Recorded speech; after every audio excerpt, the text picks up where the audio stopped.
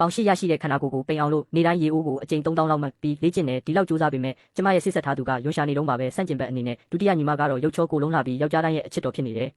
မထင်မှတ်ထားတာကကျမအိပ်ပျော်နေတော့ဝိညာဉ်တကောင်ဝင်ပူးတာခံလိုက်ရတယ်အတိတ်ဘဝကကျမဟာငငယ်လေးနဲ့ဓာပညာကိုကျွမ်းကျင်ခဲ့တဲ့ဓာတုတော်စင်တယောက်ပါဒါပေမဲ့ဆရာကပြည့်စုံဖို့တလန်းလိုသေးတယ်ဆိုပြီးလူပြည်ကိုဆင်းစေခဲ့တာဒီဝဖြိုးတဲ့ခန္ဓာကိုယ်ရဲ့ရောက်လာတာပါပဲ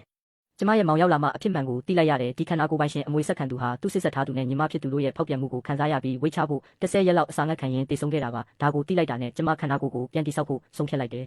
ရေအိုးကိုခေါင်းပေါ်ရွက်ပြီးစစ်မှန်တဲ့လေ့ကျင့်ခန်းတွေလုပ်တဲ့မောင်ဖြစ်သူကမျိုးနွယ်စုပြိုင်ပွဲမှာကျမကိုကူညီဖို့ကြံစည်နေတယ်ဒါပေမဲ့နောက်တစ်နေ့မောင်လေးကျမကိုမြင်တော့မှင်သက်သွားတယ်အရင်ကဝါတုတ်ကြီးကအခုတော့လက်သမီးတစ်ပါးလိုလှပနေပြီလေဓာတုတော်စင်အတွက်ခန္ဓာကိုယ်ထိမ့်သိမ့်တာကအသေးအဖွဲပါ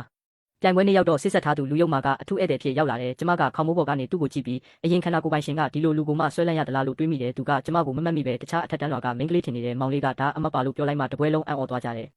လူယုံမာကယုံကြည်မှုလွန်ကဲပြီးမင်းငါကိုပြန်လိုချင်လို့ဝိတ်ချလာတာမလားဒါပေမဲ့မင်းကဒုတိယညီမကိုမမီပါဘူးလို့ပြောတယ်သူပြောလို့မဆုံးခင်ကျမကလက်ဝါးရိုက်ချက်နဲ့သူ့နာရွက်နာအထိချိန်လိုက်တော့မှသူထိတ်လန့်သွားတယ်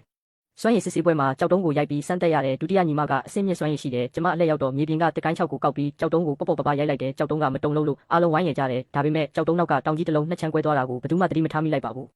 ဒုတိယအဆင့်ဓာစွမ်းရည်စိန်ခေါ်ပွဲမှာဒုတိယညီမကယုံကြည်မှုရှိရှိဝင်သွားတယ်သူဒုတိယအဆင့်တောင်မကြော်နိုင်မှန်းကျမသိနေတယ်ကျမနာချေလိုက်တဲ့အချိန်နဲ့အတွင်းအထွက်သွားပြီးသူ့ပြိုင်ဘက်လွတ်ထွက်သွားတယ်ပရိသတ်တွေကတော့သူ့ကိုနံပါတ်1ဆိုပြီးချီးကျူးနေကြတယ်တတိယအဆင့်ရောက်တော့သူဝိုင်းပြီးအတိုက်ခံရတယ်ကျမဝင်ပြိုင်မလို့တော့သူကတားတယ်လူယုံမာကလည်းငါအာယုံဆိုင်မှုရချင်လို့အသက်လာပေးတာလားလို့လှောင်နေနောက်တစ်စက္ကန့်မှာပဲကျမသူ့ပါဇက်ထဲရင်ကောင်းတစ်ကောင်ပြစ်ထည့်ပေးလိုက်ပါတော့တယ်